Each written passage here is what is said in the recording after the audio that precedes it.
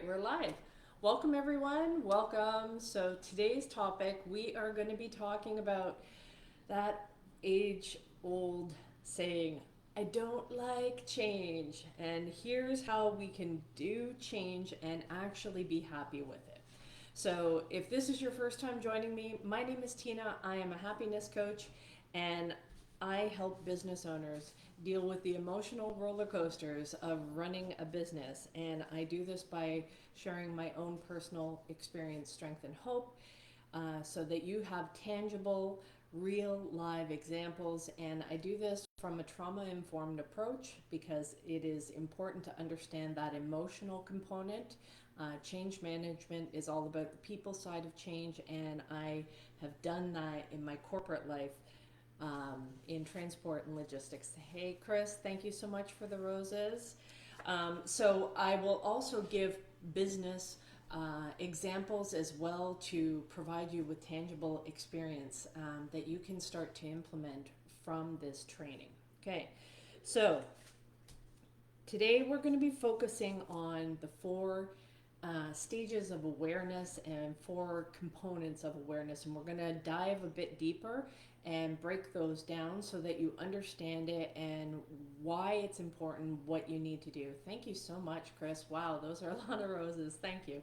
Okay, so let's go into the first one.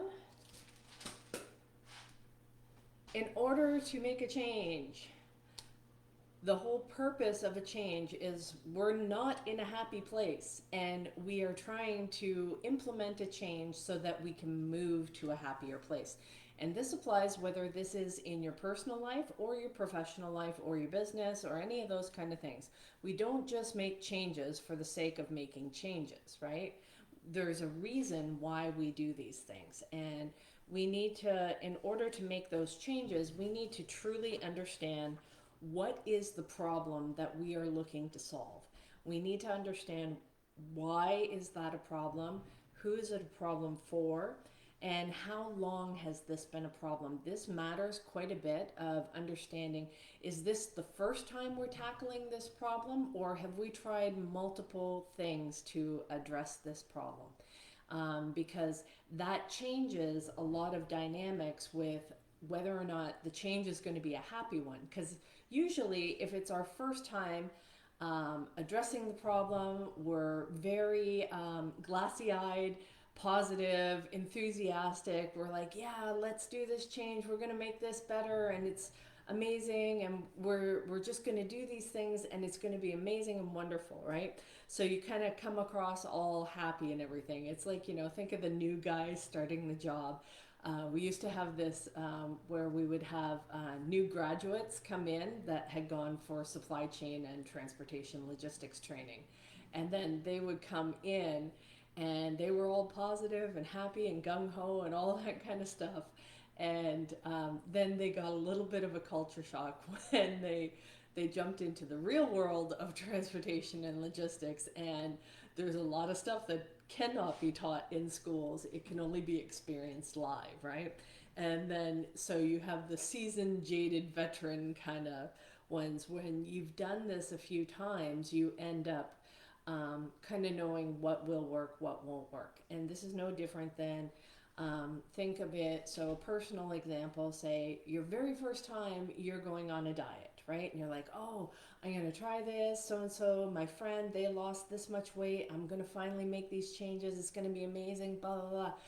And you go ahead and you do it. And I don't know about anybody else, but if you've tried to lose weight or any of that kind of stuff, was it a one and done for anybody? Anybody? No, no, it wasn't a one and done, was it? Because if you've gained weight and then you've lost weight, you've probably gained it back, you've lost it again, you've gained it back, you've lost it again. This is a multiple layer thing. So the difference of how the problem is going to be received and identified is going to change depending on how long this has been a problem. How many attempts, how many times at bat have we had to be able to solve this problem? Okay. When we're defining the problem, we also have to understand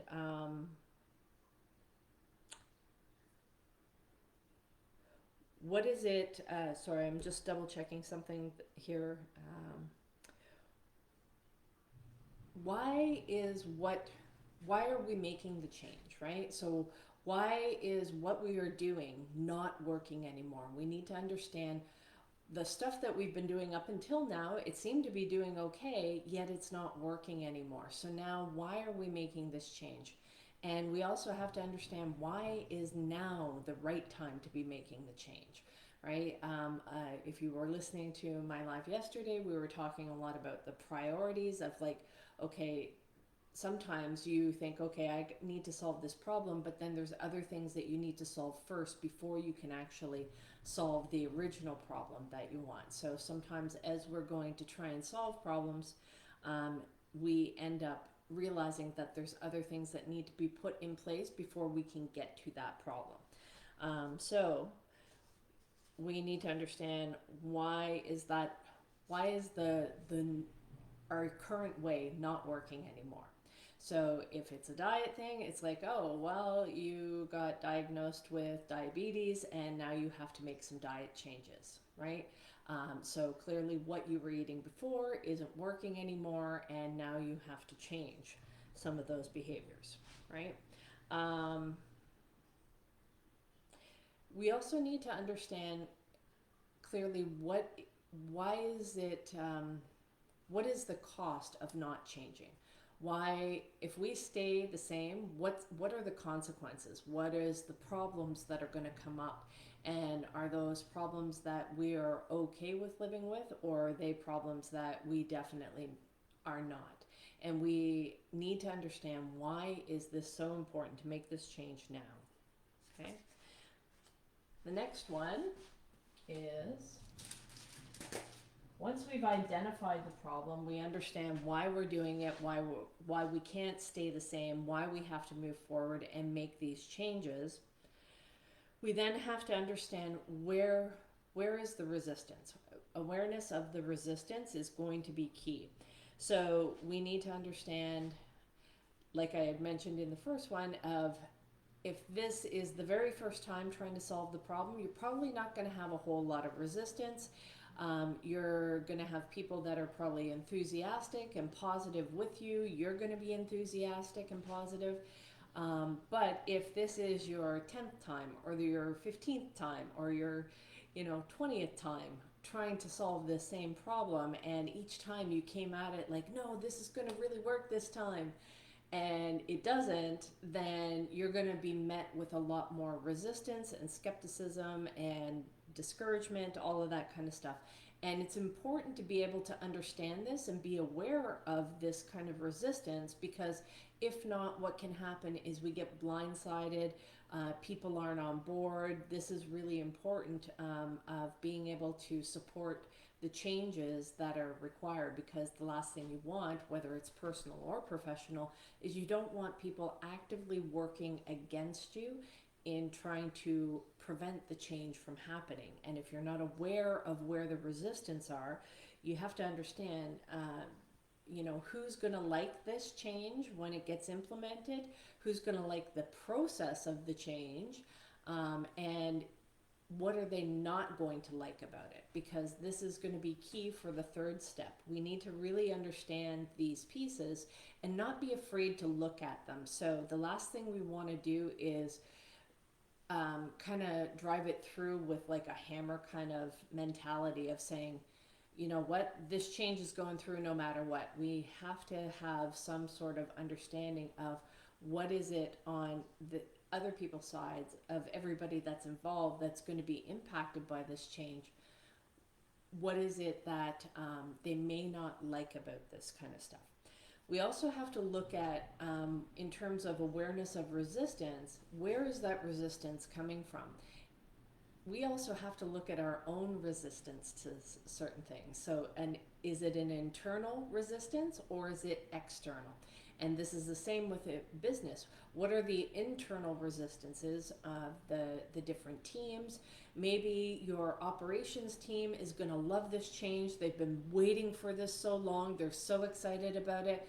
But maybe your finance team is not happy about this change because they're losing some capabilities or some of the things that they had before, or whatever, or it could be flipped, right? Vice versa. More than likely, it's a finance that's really happy about it, and then it's operations that, like, damn, I can't do the things that I was able to do before. And so they might have a higher resistance. So you have to address the internal resistances, whether that's personal, like our own resistance to these changes, and then also addressing what the external ones are and identifying what those external ones are. So once we identify who is excited about the change, those are the people I like to call the change champions, right? Those are the ones that are excited, they're on board, they've been waiting for this. You want to tap into those people, you want to harness and leverage their enthusiasm, their positivity, with being able to help with step 3. Okay, step for the people that are resistant, now you are going to give them a lot more attention in the beginning, and with the purpose of reducing their fear, their concerns, their apprehension about these changes. And we do this by talking with them, seeking to understand what is the challenges that they're most concerned about with this change happening. Is it part of the process? Is it uncertainty? Is it they don't know? They like the old way better. The last time we made a system change, it was terrible and I had to do all this extra work. We really want to be able to invite that kind of complaining, that kind of bad news early on, as early as possible, and do that consistently, and allow for giving. So we're receiving the negative, but we're giving back positive, okay? We want to give back positive communication, reassurance, understanding, support, let people know that their concerns are valid, that we're going to look at those, we're going to address those, maybe even pull in some of those more negative naysayers that aren't really so keen about the changes that are being made. Bring them in, involve them into the project, so that they understand that this change still has to go forward, but we also want to address whatever concerns or problems that they see that might come out of implementing the changes that we're wanting to change, right? So if it's on a personal level, right? So maybe this is your 20th time going on a diet and your significant other is not happy about this because here we go again, right? Here we go again. You're gonna you throw out all this food that we're no longer allowed to eat, and then you clean out all the cupboards, and then you go buy all this weird stuff. Thank you, Morning Sky. You go buy all this weird stuff, and now we have to start eating this, and the kids aren't going to like it. I don't know, how am I going to take this to work? I can't heat this up, all of this kind of stuff. So there may be a lot of complaints, objections to the change, and they're like, I'm not sure, and you're just going to make us suffer for 6 weeks, and then you're going to fall back to your old ways anyway, right? So what you need to do is really gain that buy-in. You really need to seek to understand what are the concerns and be able to address those concerns one by one, and giving reassurance and making sure that we're not being resistant to receiving that feedback, right? We also have to look at, once the change is implemented, and let's say the change is successful and it works, what other kinds of challenges may come up? What kind of resistances may come up because of that change being implemented? So let's say you're doing a system change and it's supposed to increase your productivity, increase your visibility, and all that kind of stuff. Well, now you gain the visibility, and maybe you thought your numbers were up here, that you were doing better, but now that you have correct data, it drops down, and you're like, well, shit, that's not good, right? Now we have a whole kettle of fish that we have to fix. We have to start dealing with these problems because Now that we have more accurate data, our numbers are terrible. And now we have to actually talk to the shareholders, we have to talk to the VPs, whatever, and explain why our numbers are shit now and what happened, right? So you have to be able to understand what are the possible resistances for, hey, this succeeds, this goes well, now what can go wrong from that, right? Because there's never any shortage of problems. We can fix one thing, break 20 others, right? Um,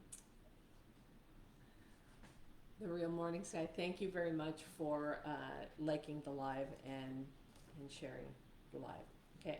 Um, if it fails, who's going to be resistant to wanting to get back on track, wanting to address the issues, wanting to, like, who actually would be excited if it failed, right? Who would be happy if it failed, right? So you want to be able to tap into those. Maybe your competitor, maybe it's your, your mother-in-law doesn't want to see you lose weight, right? I don't know, because then she might have to do something herself, right? Who knows what it is, right? Be able to look at both sides of it. Who's going to be happy about the change? Who's not going to be happy about the change?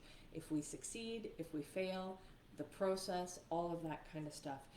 Really pinpoint and drill down on where are those resistances and understand what those resistances are, because it's going to be key for number 3.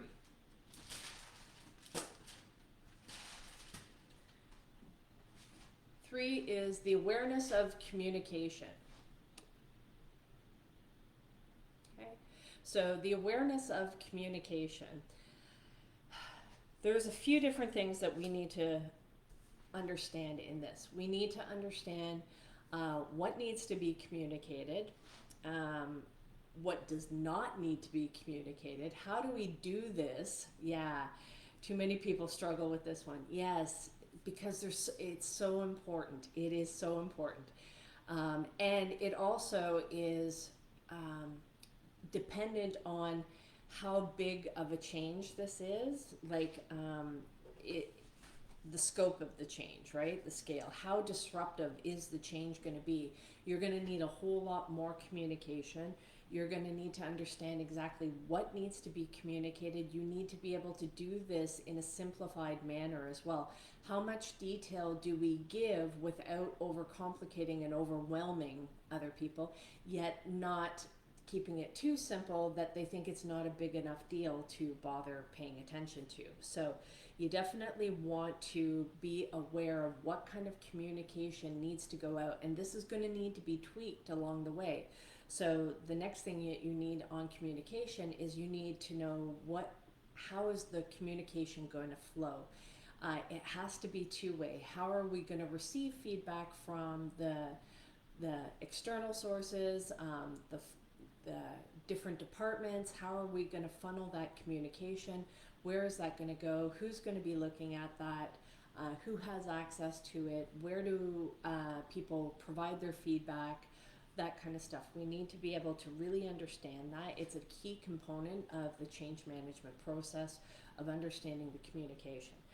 You also have to have a multi-mode method of communication, right? It cannot just be, I find a nice trick I learned lately is quick to listen, slow to reply. Yeah, exactly. Give yourself time to think rather than react, right? Because it can be easy to get messed up. So that is good. I'm glad that you shared that. So multimodal. This can be, how are we going to communicate? Is it through email? Are we going to put up posters with pictures? Do we need graphs? Do we need diagrams? What do we need to be able to communicate this? And where are we going to communicate this, right? Is it going to be in team meetings? Is it just going to be on a bulletin board where people sign in online, or like a portal or something like that? Is it on their home screen when they log into work every day and there's the information? Where is the communication going to be put through? What is going to be communicated in this in a way that is helpful for them? And we have to understand exactly where where the communication is, sorry, I lost my train of thought there. Serenity, thanks. What's the topic? The topic is don't like change, here's how to do it and be happy. And so, multimodal communication, right? So, uh, I know in a few projects, like when we were doing a culture change, it's all right, it's me, it's not you. Um, it's a good way to keep me on track, right? So, when we were doing a culture change, right? So this was a long project. The scope of the project was company wide. We were changing how we work together rather than a little bit more of a, like if you know the DISC assessments, the dominance kind of side, we were very much a dominance kind of company, and we wanted to focus more on teamwork and collaboration, and that was the change that we were implementing into the culture of the company.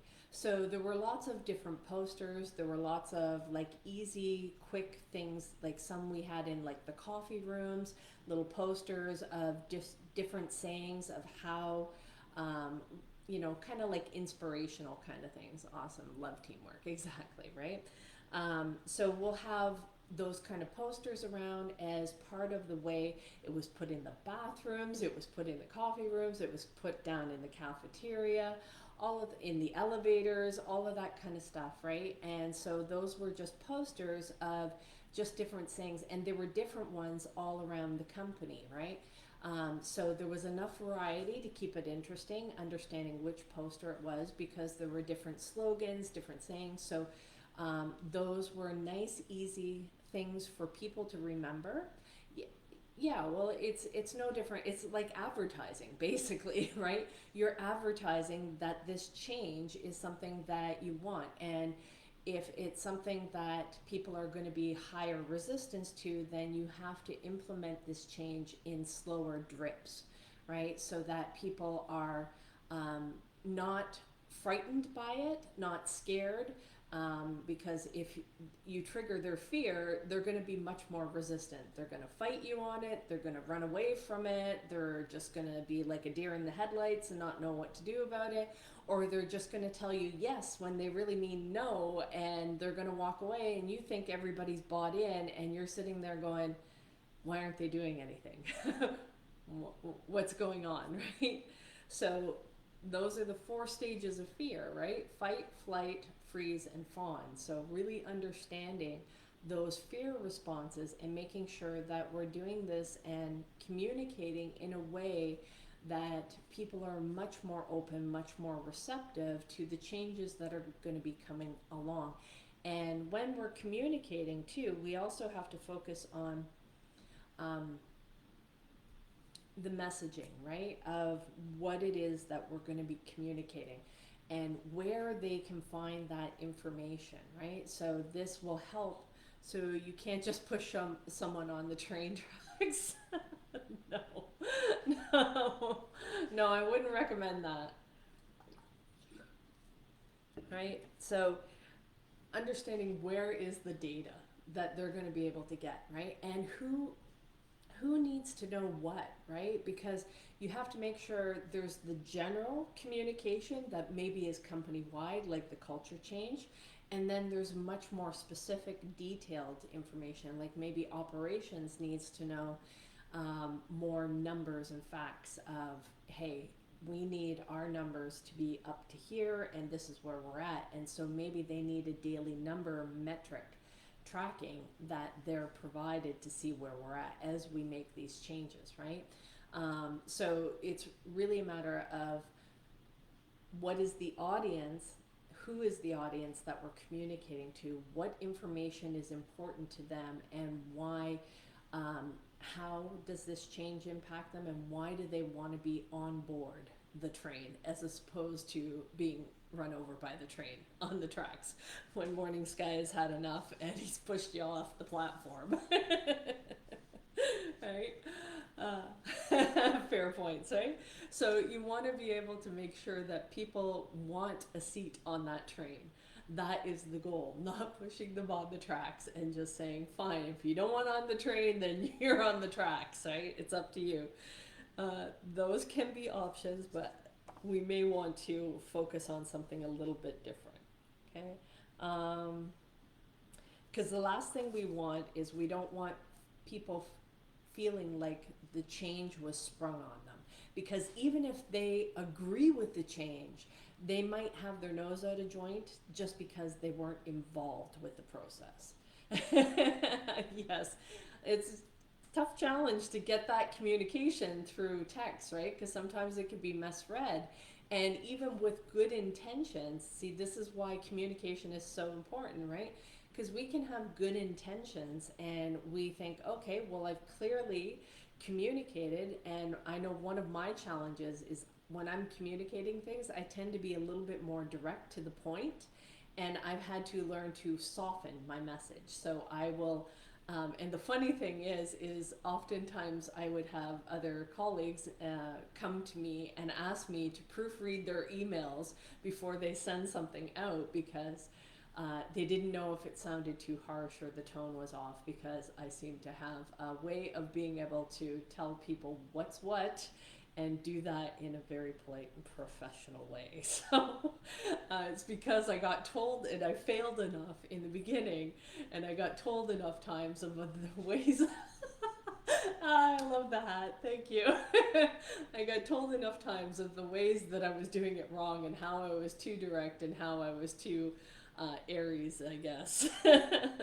And so I had to learn the hard way of how to soften that message. So usually how I'll write my email is I'll do the direct email, hold it, walk away from it, and then come back and look at it and kind of go, okay, I need to soften a little bit here, a few more buffers, right? Yeah. And the more pressed for time I am, the worse I get at that I get very direct. And then I forget about the emotions. And then that causes all kinds of emotions. Just start ignoring other people's emotions, and I promise you, it will get your attention very, very quickly. So you definitely don't want to do that. You want to be able to mitigate some of these challenges before they even happen by having a clear definition of the problem, understanding the resistance, and communicating properly. And then this is the fourth one. We kind of touched on it a little bit as I was talking about communication. But it's awareness of the cadence and the tone or the rhythm, okay? So cadence is talking about the tone, how we have the ups and downs in the modulation of our voice, right? It's not just monotone, flat. And so it's kind of more musical, therefore a rhythm. And if we think of the harmony of a band or an orchestra, and if everybody's not playing in sync, it's going to be horrendous, right? It's just going to be like blood coming out of our ears and, cats screaming, that kind of stuff. It's just going to be terrible. So we definitely want to make sure that death metal, yes. Exactly, right? Yeah, it's going to be like death metal. Now, for those that like death metal, I'm gonna be nice. Don't say it, Tina. Okay. So we definitely want to be aware of the tone and the rhythm, and we need to understand the messaging of the tone, the messaging of the tone, right? How are we going to communicate, right? So typically when we're communicating things, when we're talking about the solution, we want it more upbeat, light, fun, enjoyable. We want to pull people towards it rather than feeling like they're being pushed towards it, right? We want to attract them.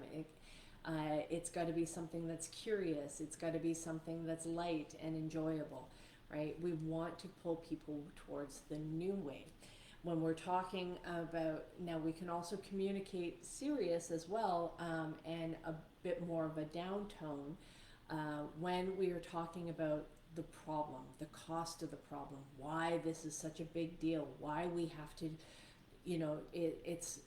we have to expand on the problem so that whatever work that is required for the changes isn't as big a deal when we're looking at the problem, because that is the whole point, that we're actually making these changes, right? There's pain, there's pain that needs solving. Yeah, go ahead, ask the question, Morning Sky. So there's pain that actually needs solving, and this pain is big enough that whatever work we have to do in order to make these changes is going to be worth it, because the consequences of not making the changes are too great to leave it the same way, right? So let's say there's 4 different groups that rotate through different shifts, okay? So while you're typing, and those 4 have different ways of doing those things, okay? And, okay, and so what part of the question, I'll let you continue to type, I'll continue to talk a little bit. So with messaging and the tone, if we're talking about the solution, we want that more upbeat, we want that more positive, we want that more beneficial, attractive, right? We want to draw people towards the solution, and then with the problem, we want to amplify the pain. We want to amplify why that's a problem, why we can't stay the same, right? Okay, so let's say there are 4 different groups that rotate through different shifts, and those 4 have different ways of doing things. They end up creating more problems than aligning to the same goal. How can we get everyone on the same page? Okay.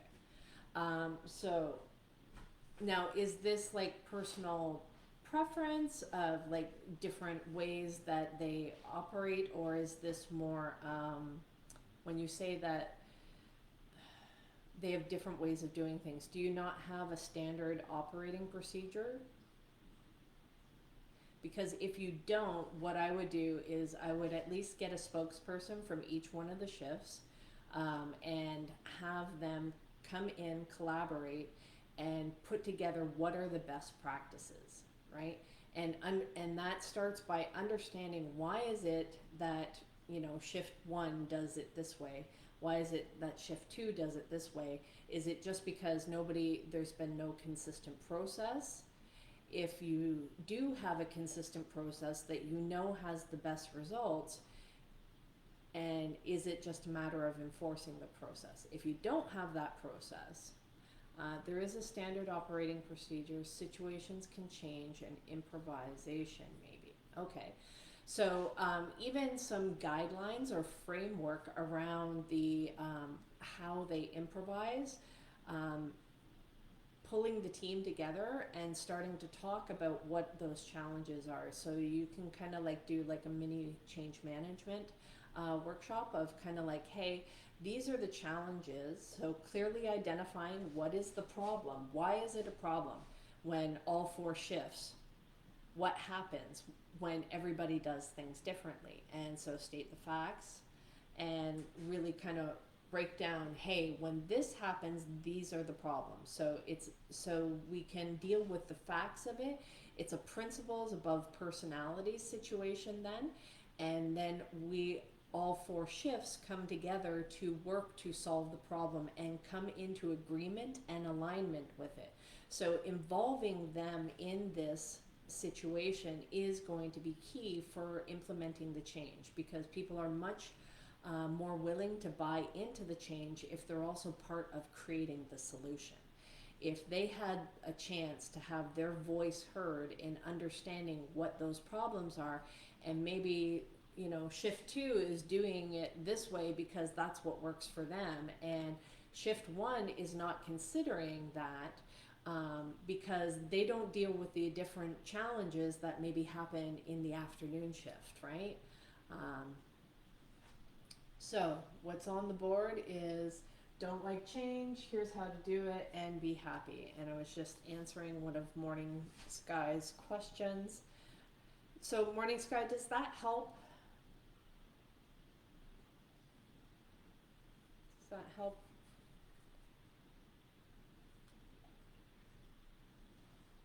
Okay, good, good. Yeah. So bringing them in, really helping them understand what the problem is, clearly defining exactly what it is, and maybe it's not a problem for shift two, but it becomes a problem for shift three, right? And then so shift three has to improvise and do things, but it's really understanding and having everybody in the room to, even if it's a Zoom call or whatever, you do something to be able to, and I've facilitated these kind of changes where you kind of go through a workshop, you um, pull this information out of here's what the problems are, clearly defining that, being able to prioritize how we're going to do the solution, putting together a little project plan of what we're going to do to make those changes, and then measure that and be able to reinforce, is this actually working, is it improving, because we have to come at it from the assumption that everybody is coming in to do the best job that they possibly can, and the only reason it's not happening is because we're not clearly understanding what problems they are facing, and maybe either they are unaware of how to solve it in a better way. But we always have to come with the assumption of assuming positive intent, that everybody is showing up to work to do their best job possible, and either they don't know that information or they've forgotten the information and they just need to be reminded. That is more times the correct thing than not. But getting everybody to take a look at that SOP and say, here's what the process is. Does this still work? What doesn't work about it? Why isn't this work? This works for shift one, but why isn't this working for shift three? What's going on shift three that's causing you guys to have to go outside of the process, right? And then maybe having to add in whatever it is when you like hear what's going on. It's like, oh, well, we hadn't considered that. That wasn't part of the SOP. We didn't know that was even going on, right? So I've seen that happen. And then what, why there's usually so many problems is what happens is nobody feels like they're being understood. And then so then everybody gets their back up because they're just like, well, you're not following the process. And they're like, well, the process is stupid because how am I supposed to follow the process when these things are happening and you guys don't have to deal with that and you don't care about all the problems that we have to deal with on the third shift, blah, blah, blah, blah, blah, right? And then everybody just gets fighting and nobody's looking at the solution. They're looking at defending how they feel rather than looking at the facts, because when everybody feels like they've been heard, then everybody is much more willing to look at the facts and try to work towards a solution, right? So that's what we help facilitate when we're doing change management. It's the people side of change. It's not just do this process and everything's all peachy keen. It is why people want to do that process and really understanding and getting people aligned so that we're all working together. And that means dealing with the emotional component of humans and changing. And that is not easy or fun, and it's time consuming sometimes. And it takes a lot of patience and understanding and emotional intelligence to be able to do this effectively, so that people, because people will naturally want to do better when they feel that they're heard. When they are happy, they're much more productive, right? And nothing makes people unhappier faster than feeling like their opinion or their thoughts or anything that they do doesn't matter. If they feel like it doesn't matter, then they're going to act that way, right? So we have to, as leaders in a business, we have to communicate that. Very time consuming and a lot of patience. Yeah, right? I remember when I was first starting, back in my early 20s, right? Hang on just a sec, I gotta plug in. Phone is starting to die. Okay. So back in my early 20s, and this is before I understood anything about teaching people or any of that kind of stuff. And I didn't understand that I actually learned quickly, because I always feel like I'm slow. And I didn't realize that you couldn't just tell people things just one time and they should just get it. And if you leave anything out, they should be able to fill in the blanks, right?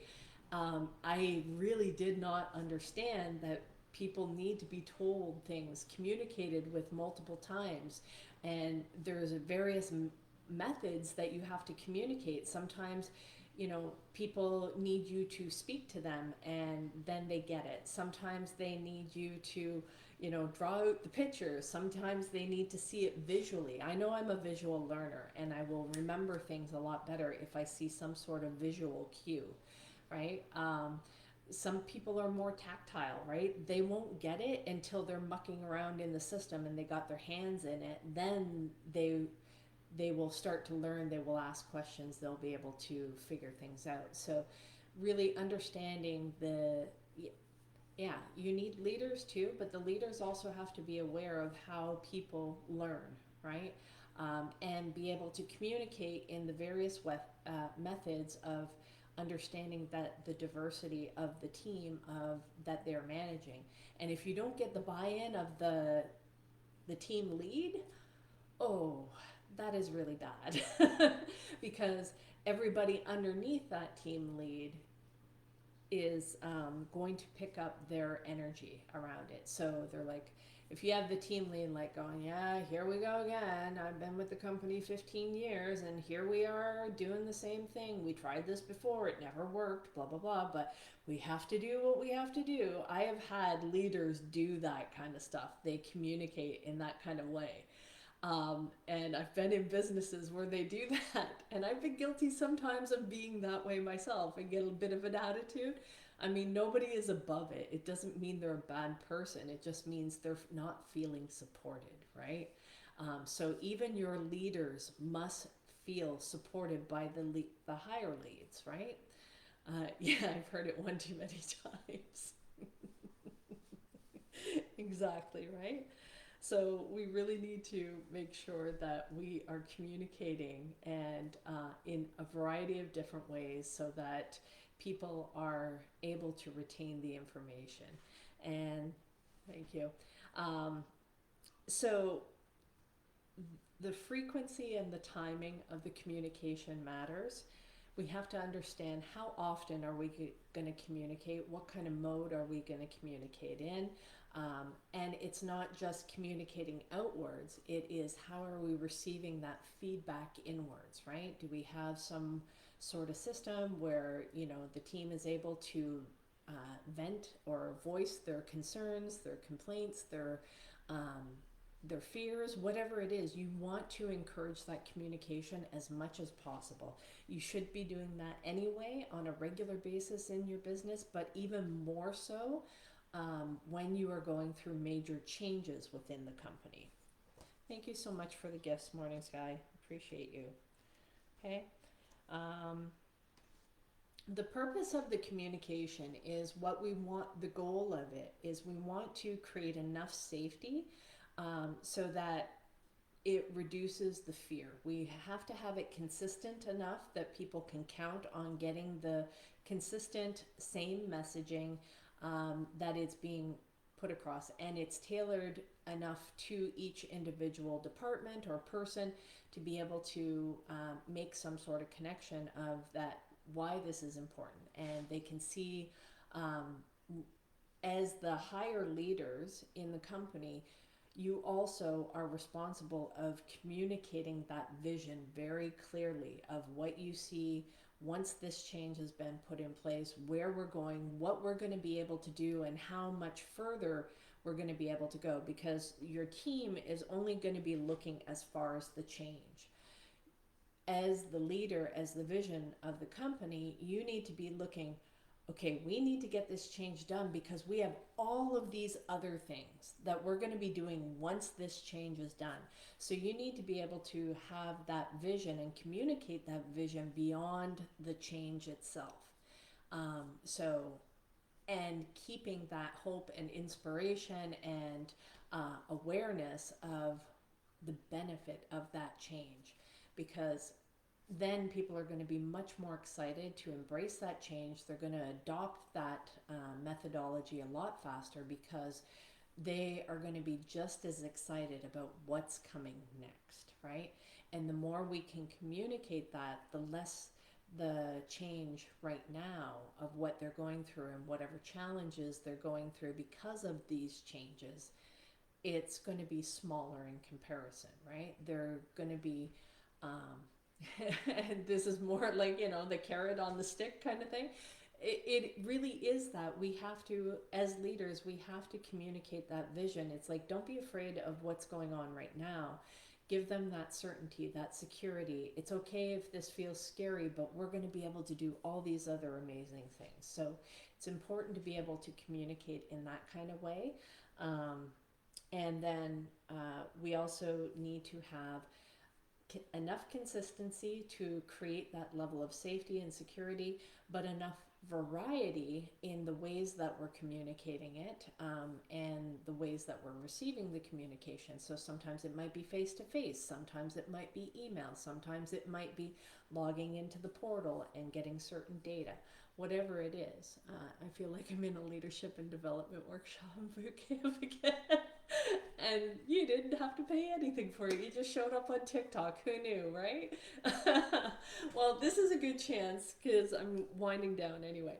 If for whatever reason you guys are joining in late, or you liked what I had to say and you want to learn more, you want to go to my YouTube channel because that's where the replays are going to be uploaded, right? So go to my YouTube channel, which is Coach Tina B 125. Make sure you click on the subscribe button so that you get notified when I upload the replays of the live training. Okay, thanks, Serenity. And if you haven't already, make sure you hit subscribe on TikTok so that you get notified when I go live, because I'm kind of all over the board right now with the times, and I'm not very consistent with the times other than it's late. It's been late because I've been working on a bunch of other things that I kind of got to get cleared up, and then I can, once I get that stabilized, I can stabilize the time. So right now it's a little bit all over the place, but I will be on every day. I won't let myself go to bed before I come on live and do some sort of training.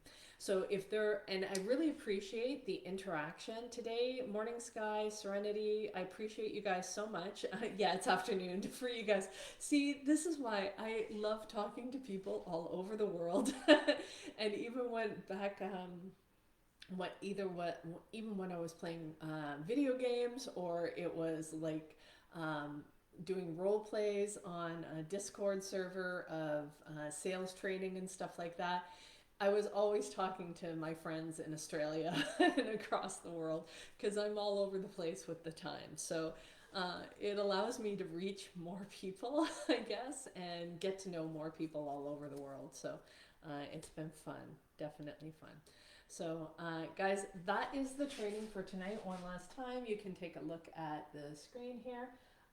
Number one, awareness of the problem. So the more aware you are of exactly what the problem is and clearly defining that, the happier you're going to be, because now you have a clear path of what it is that needs to be fixed. Then you also have to be aware of the resistance, because if you're not aware of where the resistant parts are, you're going to run into a lot of things that are going to create a lot of unhappiness. So being aware of it and being able to put communication plans in place to address the resistance.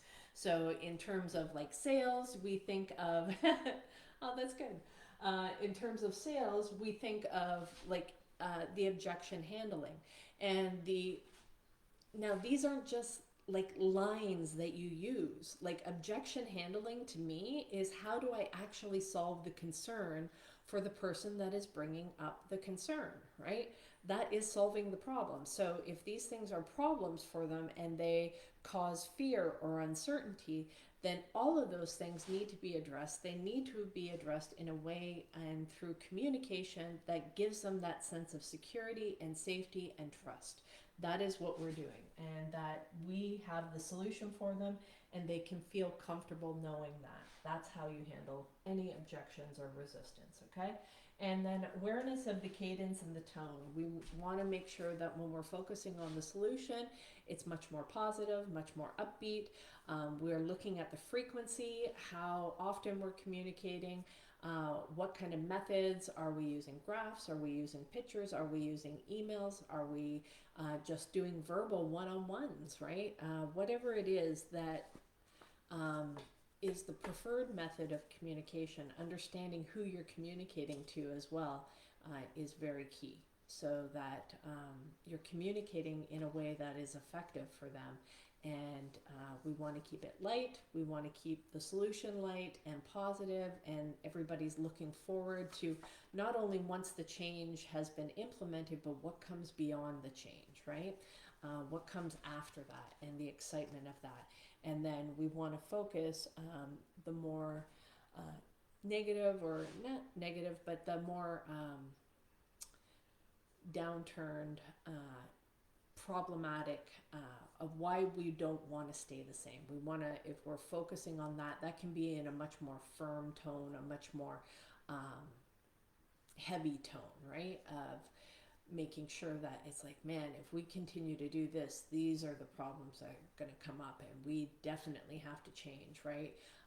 So I've been part of that. Yeah, we want to grow, right? Because, hey, maybe it's like, hey, if we don't implement this change, I remember one of the projects I had worked on was doing cost alignment, and everybody was very against some of the change. They're like, hey, we can't have the same price across the board, and then blah, blah, blah, all of that kind of stuff. It's like the transport costs are different from out here and out there, and we can't just have one cost. It just doesn't work that way. It's going to drive the costs up in this area, and we have the lower cost here. There are a whole bunch of, like, it gets really loud when there's resistance, when there's fear, right? And it's a matter of being able to mitigate that fear, calm people down, assure them that we can work through this together. We can find the solution together, and focusing on, hey, we have to be able to have this one cost, because guess what? Our competitor has been able to do this, and it is causing us a loss in sales. It's causing these problems. And if we don't do that, we're going to lose this much market share, and this is what the impact of that is going to be. So being able to quantify the costs of not changing is really key at being able to handle some of the resistance, and being able to, when you get those loud voices combating those kind of things, then bringing that back up, reminding of them of, here, this is, here's one, our price won't be beat. Exactly, right? Whatever it may be. And so being able to gain that alignment is the key, right? And awareness is that first step of being aware of all of the challenges that can come up, and how to address those is going to make you and your team a whole lot happier. And this stuff, guys, it applies in your personal life as well as your professional life. So I hope you guys found this helpful. Thank you so much for the interaction today. It was very fun. And come back again tomorrow, and make sure you go to the YouTube channel, Coach Tina B 125. Click on subscribe, and you'll get notified once I've uploaded the replay of the training. Okay? Thanks, guys. Have a great day, and we will talk to you later. Bye.